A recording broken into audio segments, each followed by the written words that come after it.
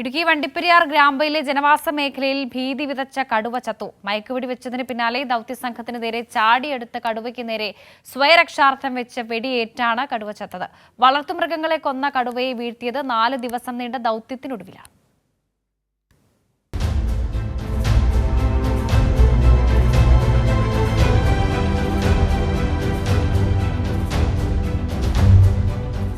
രാത്രിയിൽ ഗ്രാമ്പിയോട് ചേർന്നുള്ള അരണക്കല്ലിൽ കടുവ എത്തി ഒരു പശുവിനെയും നായയെയും കൊന്നു. 2 നായ്ക്കുട്ടികളെ എടുത്തുകൊണ്ടുപോയി തിന്നു. തുടർന്ന് ഇതിനോട് ചേർന്നുള്ള തേയിലക്കാട്ടിൽ കടുവ വിശ്രമിച്ചു. ഡ്രോൺ നിരീക്ഷണവുമായി വനപാലക സംഘവും സമീപത്ത് തുടർന്നു. ഡോക്ടർമാരായ അനുരാജിന്റെയും അനുമോദിന്റെയും നേതൃത്വത്തിലായിരുന്നു ദൗത്യം. 11 മണിയോടെ സംഘം കടുവയ്ക്കടുത്തേക്ക് നീങ്ങി. 11:10 ആദ്യ ഡോസ് മയക്കുവെടി. അത് ഏൽക്കാതെ വന്നതോടെ രണ്ടാമത്തെ മയക്കുവെടി. ഇതോടെ കടുവ ദൗത്യസംഘത്തിന് നേരെ ചാടി വീണു.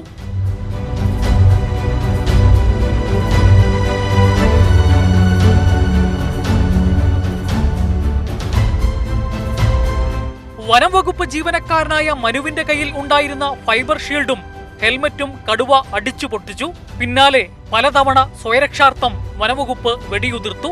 ഒരാഴ്ച മുമ്പാണ് ഗ്രാമ്പിയിലെ ജനവാസ മേഖലയിൽ കാലിന് പരിക്കേറ്റ നിലയിൽ കടുവ എത്തിയത്.